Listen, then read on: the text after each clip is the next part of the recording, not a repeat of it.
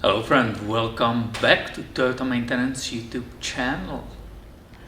For you who follow this YouTube channel, you are pretty familiar with my own 2005 Toyota Sequoia SR5. I own her approximately 1 year and she was absolute perfect friend of mine. She never left me stranded, she always works perfectly. I also removed all the seats, let me show you. It's just ginormous space inside if you wanna haul stuff. As I said, she never quit on us even once. She works tirelessly. Every single day perfectly runs and works, but there's one thing which bugs me and I will show you right now. When we bought her, I immediately saw that all the rims are missing the tire pressure sensors, right? So it's all four to be correct. And the fifth one, which is underneath the vehicle, there is a spare. It actually has the valve in it, and that was communicating with the vehicle's computer. So I could see in the test stream this valve was sending the signal and the other ones were not registered. And surprisingly, that warning light, which is in the dashboard, right, in the instrument cluster, was off. I know it's there, the bulb is there. When you turn the first on position, it will lit, but then when you started engine, it went off, so it was fantastic. However, just recently, it came back and it started flashing and it's non-stop doing it and it's bugging heck out of me. Let me show you what I mean. I will enter the vehicle, right? And I will go ahead, start her up. You see the light, the yellow light shows there. And you start it and start driving. And that's the only thing. Everything is nice and dark. And that yellow light keeps flashing. And I'm kind of done with that. So I decided to get rid of it. I'm done looking at it flashing all the time on me. It's just nuts. Some people, right, put a sticker over it. Some people deal with it all kinds of ways. So I will show you my unconventional way.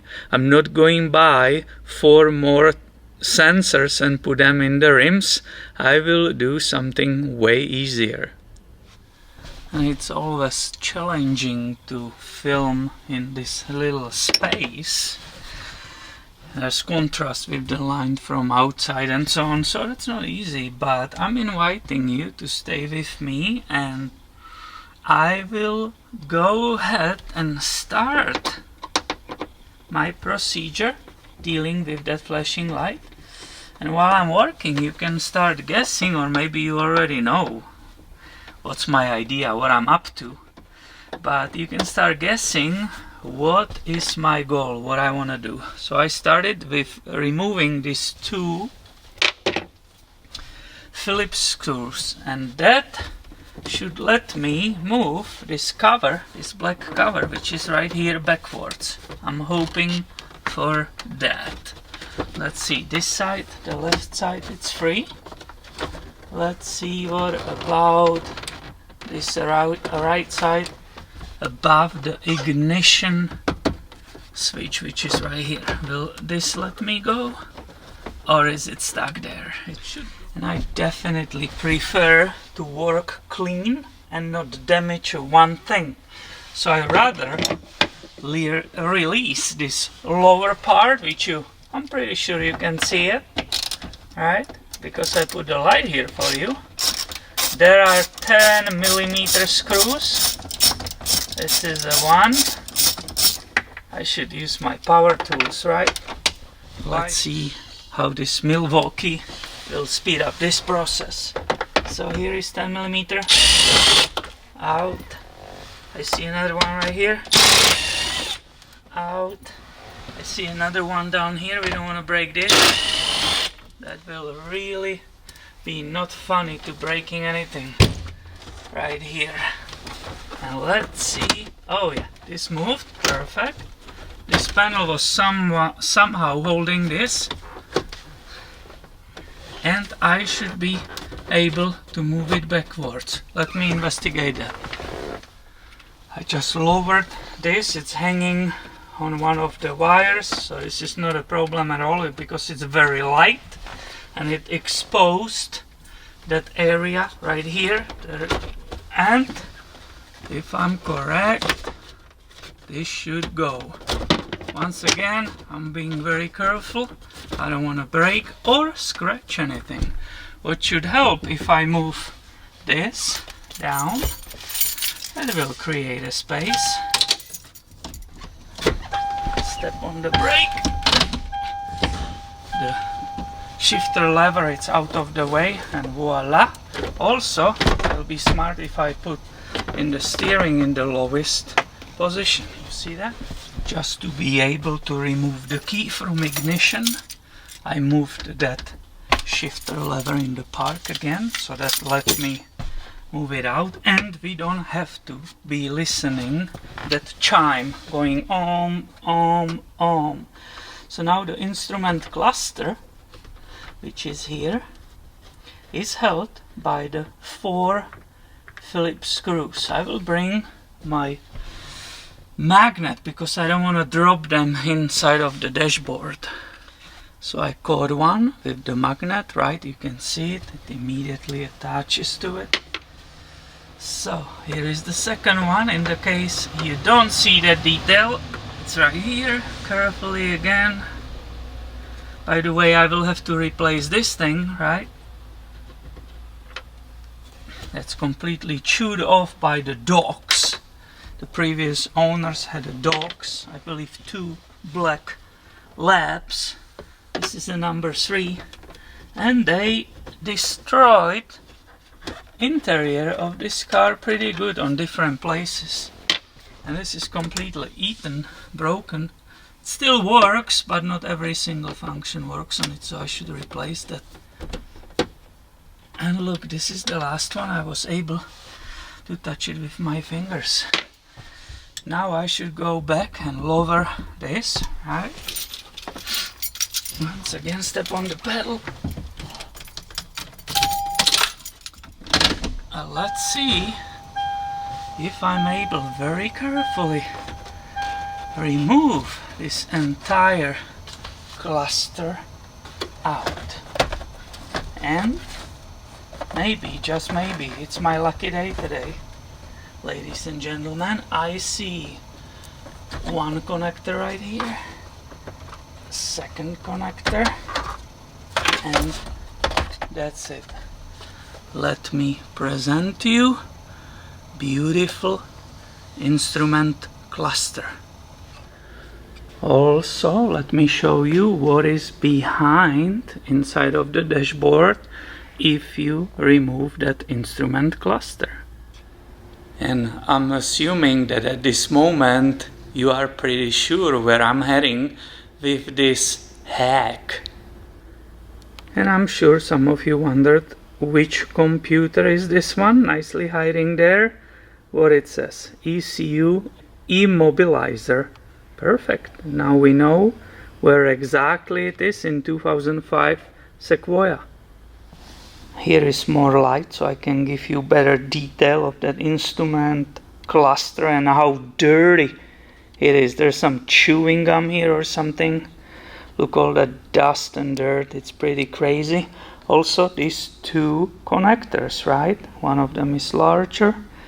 That was the passenger side and driver side. So now what I will do with this thing. Now I have cleaned off all that dust and dirt from around it, and now I will go ahead and remove 6 small Phillips screws holding this white cover on the back. 6 screws gone, I should be able to just lift this plastic up. Let's see. I don't see any tabs. Perfect. But I'm still not able to do that little hack which I intended. And looking carefully on the design of this whole assembly, I will actually continue with pushing on these clear plastic tabs, right? And start removing that front plastic glass. If you pull on it carefully, it's starting separating from the front of the instrument cluster. Right here, right, another part going off, and on the bottom it's held right here, but still on the side. And pushing on those tabs around, I was able to release this entire front glass. Here we have nice view of that instrument cluster. I can see finally slightly the details of the bulbs for all those warning lights. Pretty cool. And now I will carefully continue with these black tabs which are right here and see if it will separate only that front. And it seems to be separating nicely, right? Oh, look at it. It actually immediately popped off. And if I want to do it easy way, right, if I want to give up kind of, I could use either of these black tapes and just cut a little square of it, put it right here and put everything back together. But I want to have it a little bit more nicely done, so I will do this. The location of the bulb or that warning light, it's actually pretty convenient. If I'm very careful here, without destroying anything, and pulling on these, right, you can actually see with me, I don't want to pull really harder, but you can see, do you see that square there? That's where that bulb is. So I will try basically to plug that behind with that same black electrical tape. And I will try to film it for you, right? But please excuse me if I cannot show you every single detail. This is hard already to do it like this with the camera in my way a little bit. I will actually use that glue towards the camera because it will nicely stick to this black part, right? And now I don't want to damage those needles. This is my biggest scare here, damaging something. I'm carefully placing it in the correct place and letting go down there. So I have carefully placed it down there. Now what I will do, the opposite of disassembly, right? I will put it all together while perfectly cleaning. Now is my opportunity to get rid of all that dust. So I will clean that, put it together, and we will install it back.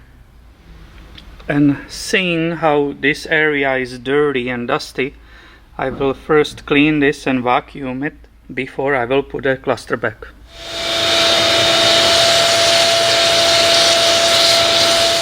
And I went ahead and put everything carefully back, right? I didn't use the power tools because this is all fragile plastic pieces.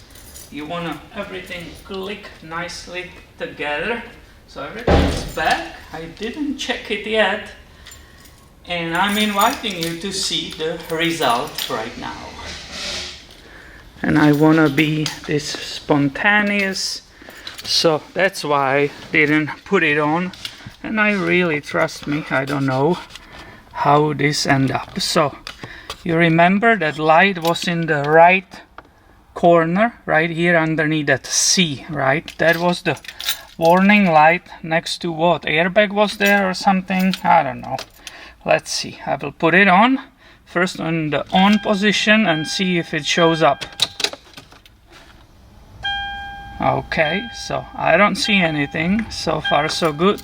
Let's see if the all instruments works or I damage something.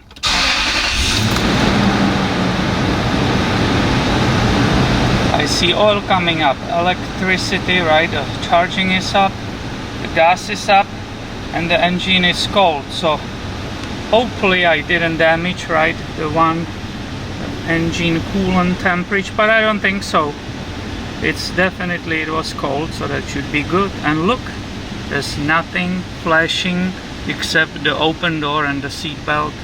And I don't see even that light kind of like creeping out or something, right? Or just slightly showing. I'm happy. And that coolant temperature, just I saw it moving, it's going very slightly up. Perfect. So am I happy? I will not be looking on that flashing yellow light all the time when I'm driving home or to the work, right? I'm so happy. It's perfect. It's not there. And nothing was changed about the car, right? I still have to check the tire pressures and keep eye on it because that system was not functional. So I did it for myself. I'm the only one who drives this Sequoia, right? And it's perfect for me. Now comes the question, right? Some of you might be already commenting on it. Will I do it as a shop owner? Will I do this for a customer? No way. No way I will hide that or disconnect that for someone. Because why not? Well, because if people get in the accident, they will always be able to create some scenario that the fact that the light wasn't there, they forgot, and that's the reason why they got in the accident, and now they wanna have some, I don't know, $1 million in the damages, right? So once again, I did it for myself, but don't ask me to do it for someone else. That won't happen. This is just for my own vehicle. And that's all from me for this video. In previous video, you saw me, guys, removing this broken sun visor, right? And I don't want to just throw it away and replace it. So make sure you are subscribed, because in the next video, which I will start filming in like an hour, I will try to see if this can be fixed. So be subscribed. Thank you for watching and have a wonderful day, my friend.